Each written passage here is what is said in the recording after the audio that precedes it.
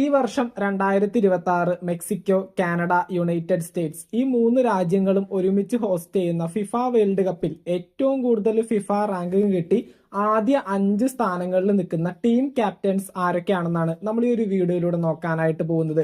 ഈ ഒരു വീഡിയോയിൽ ആദ്യ 5 പട്ടികയിൽ ഇടം പിടിച്ചിരിക്കുന്ന ടീം ക്യാപ്റ്റൻസിനെ പറ്റിയാണ് പറയുന്നത്. അതിന് താഴെ ഒത്തിരി പ്രഗത്ഭരായിട്ടുള്ള താരങ്ങൾ ഈ വരുന്ന ഫിഫ വേൾഡ് കപ്പിൽ വരുന്നുണ്ട്.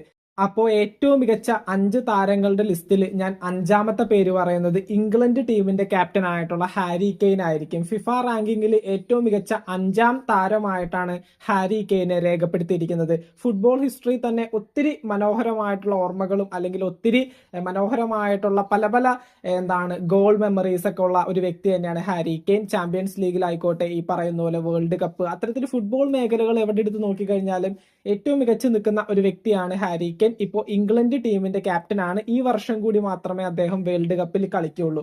ദെൻ അടുത്തതായിട്ട് ഞാൻ 4ാമത്തെ പേര് പറയുന്നത് ലൂക്ക മോൺട്രിച്ച്.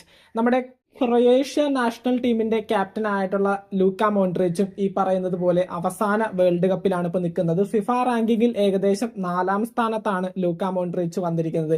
ഏകദേശം 40 പുള്ളിക്കാരന്റെ പ്രായം. ഈ വർഷമായിരിക്കും അദ്ദേഹം ഏറ്റവും അവസാനമായിട്ട് നാഷണൽ ടീമിന് വേണ്ടി ജേഴ്സി ഇട്ട് വേൾഡ് കപ്പിന് ഇറങ്ങുന്നത്.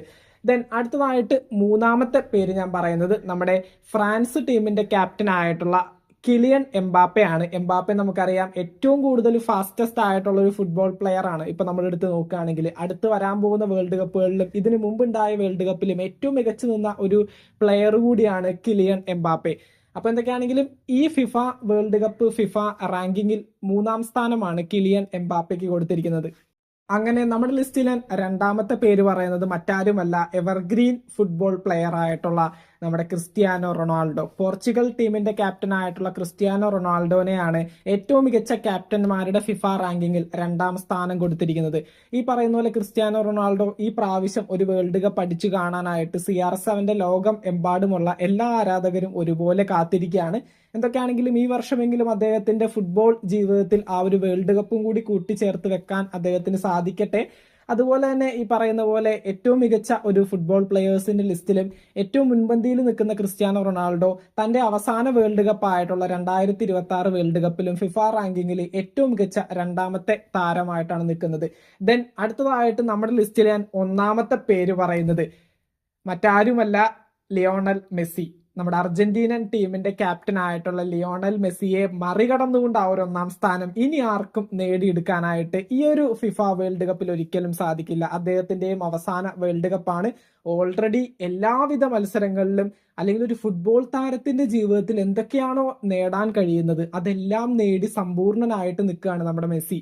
അപ്പൊ എന്തൊക്കെയാണെങ്കിലും ലിയോണൽ മെസ്സിയുടെ ഒരു ഈ പറയുന്ന പോലെ ഒരു റിട്ടയർമെന്റ് മാച്ച് എന്ന് വേണമെങ്കിൽ പറയാൻ പറ്റും. അല്ലെങ്കിൽ ഇപ്പൊ ഫ്ലെക്സുകളിലൊക്കെ അടിച്ചു വെച്ചിരിക്കുന്നത് പോലെ ദി വൺ ലാസ്റ്റ് ഡാൻസ് എന്ന് നമുക്ക് ഈ ഒരു ഫിഫ വേൾഡ് കപ്പിനെ പറയാൻ സാധിക്കും.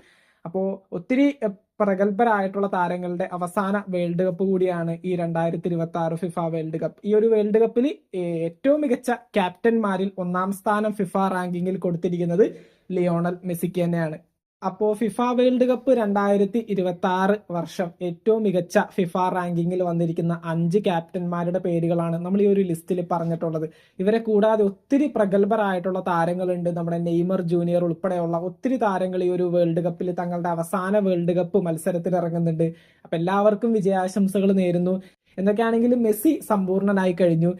മെസ്സിക്ക് ഇനി ഒരു റിട്ടയർമെന്റ് മാച്ച് അല്ലെങ്കിൽ ഒരു ലാസ്റ്റ് വൺ ഡാൻസ് എന്നൊക്കെ പറയുന്ന പോലെ ഏറ്റവും സമാധാനത്തോടു കൂടി ഒരു വേൾഡ് കപ്പ് കാണാൻ പോകുന്നതും അർജന്റീന ഫാൻസ് തന്നെ ആയിരിക്കും. കാരണം അവരുടെ നായകൻ എല്ലാം നേടിക്കഴിഞ്ഞു. ഒരു ഫുട്ബോളറുടെ ജീവിതത്തിൽ എന്തൊക്കെയാണ് നേടാൻ പറ്റുന്നത് അതെല്ലാം നേടിക്കൊടുത്തിട്ടാണ് അർജന്റീനയുടെ മെസ്സി ഈ ഒരു വേൾഡ് കപ്പ് അല്ലെങ്കിൽ ഈ ഒരു തന്റെ രാജ്യാന്തരമായിട്ടുള്ള എല്ലാ ഫുട്ബോൾ ജീവിതങ്ങളും അവസാനിപ്പിക്കാനായിട്ട് പോകുന്നത്. അപ്പൊ എന്തൊക്കെയാണെങ്കിലും ഇനി ക്രിസ്ത്യാനോയുടെ അവസരമാണ്.